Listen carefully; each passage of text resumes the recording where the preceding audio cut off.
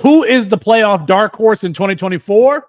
I'm going to ask these two right after the stinger.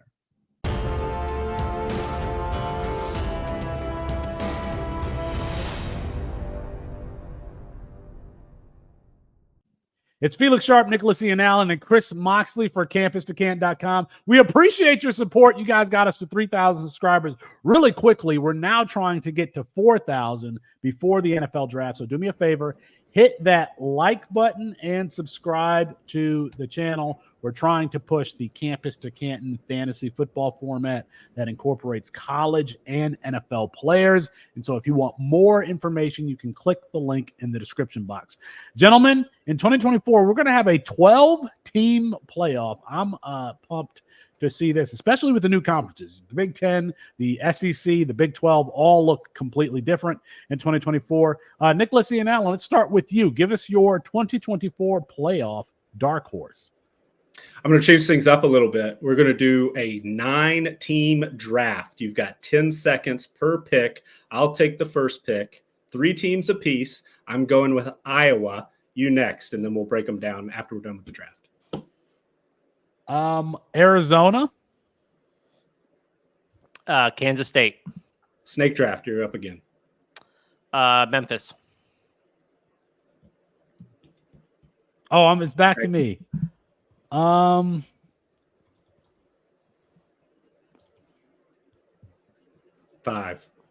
4, 3, 2. We'll edit this out. Fresno State. Virginia Tech and UNLV. Who is it back to? It's back to you. Last one. It's back to me. Oh my goodness. Colorado. Give me Kansas. All right. Good deal. I like it. Iowa. I needed some advanced warning for that. I was not prepared. Nick just derailed the content. I did. But now we have our 9 teams, right? So first for me is Iowa. They're a team that won 10 games last year with one of the best defenses in the country, which they always seem to have, with their starting quarterback out for the year. Basically, they rank number 5 in our returning production calculations. They're top 10 on offense, top 10 on defense, number 5 in overall adjusted returning production. They'll be better at the quarterback position, made an offensive coordinator change, and more Big Ten teams are going to get in. So, yeah, they're not in the Big Ten West anymore, but will Ohio State get in? Yes. Will Michigan get in? Maybe. Will Penn State get in? Perhaps.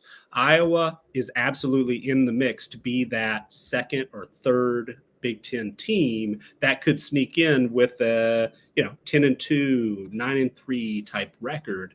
I absolutely think that they're going to be able to make a move. Virginia Tech was my second pick. Again, really focusing on returning production. They're towards the very, very top. 1 spot ahead of Iowa. They ranked 4th in our current returning production numbers, number 2 on offense, and that was with 2 of their best wide receivers severely limited with injuries last year. It was also with their quarterback Kyron Drones not taking over until the second month of the season. So offensively, they're going to be even better. I think they're number 2 in adjusted offensive returning production. They're top 20 on defense, and I have confidence that as a defensive-minded head coach, defensive-minded coaching staff, really from the start there under Brent Pry, that side of the football is going to be in pretty good shape. So returning production is key for both of those teams, even though they are top 40, top 50 in our returning production database, they're top 40 or so in our roster strength numbers from last season. They're top 5 in returning production, and they're top 40 in team performance. I think we'll see a rise on both of those teams moving forward. Virginia Tech in the ACC probably only going to get 2 teams at most, but the ACC is wide open. Clemson, I think, is absolutely one of the favorites. Florida State is one of the favorites, but is it out of the realm of possibility that a team like Virginia Tech that really surged at the end of last year and is getting healthier and I think more consistent looking ahead to the 2024 season, absolutely think that they can get there. My last one was a group of 5 conference team. There is one of those 12 spots reserved for the highest rated group of 5 team. Boise State, I think, is going to be in the mix. Memphis, I think, is going to be in the mix. But UNLV is right there. Brought in an FCS quarterback, 2 FCS quarterbacks, really. But Matthew Sluka is the guy to beat, I think.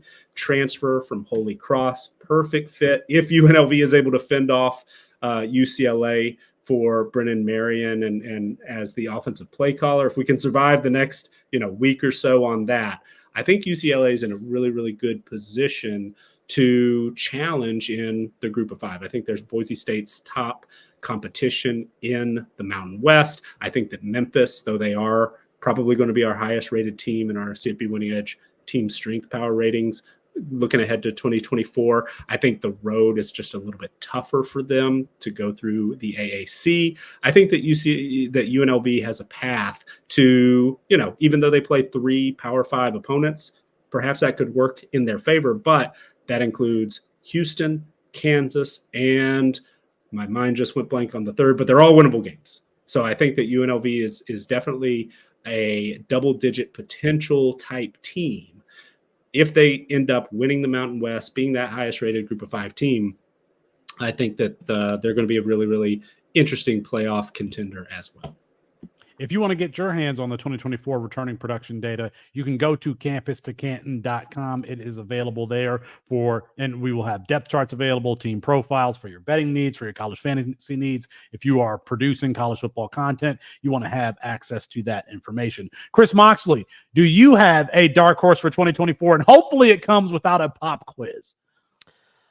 Well, I picked 3, so I'll give you a quick rundown of my 3. I had Kansas State 1. They're 60-1 for the national championship. Returning production is kind of a question mark. They're 123rd in returning production on offense. But I kind of don't think that tells the whole story. Avery Johnson could be as good as Will Howard in just a different way. If you've seen The Office, you've seen the Michael Scott deposition episode where they're reading from his diary and they say, this person is just as hot as Jan, but in a different way. And they're talking about Ryan. That is Avery Johnson to Will Howard. DJ Giddens is going to be in a bigger role. They had a North Dakota offensive tackle, Easton Kilty. He was actually the 5th best tackle in the portal. So that was a really nice get for the Wildcats. Defense, not super concerned about it. 11th in returning production. But the reason that I like Kansas State more than any other team currently in the Big 12 is their schedule. UT Martin, Tulane, Arizona, tough game. BYU, Oklahoma State, Colorado, West Virginia, Kansas. I think they have a better roster than Kansas, and they lost Kotelnicki. Houston, Arizona State, Cincinnati, Iowa State.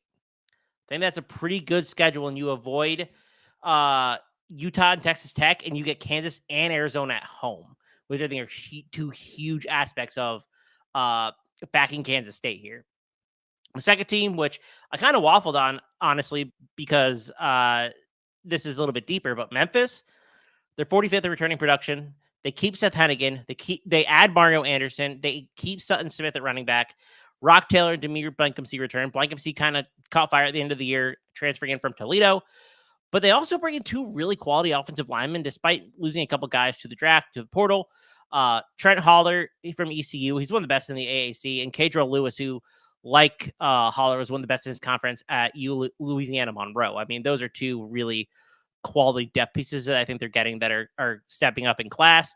And then my final team was Kansas, mostly because I think Lance Leipold is just a heck of a coach, and they'll have Jalen Daniels healthy for the whole year. It's honestly hard to bet against them, but I also got thrown for a loop, not knowing I needed a third team.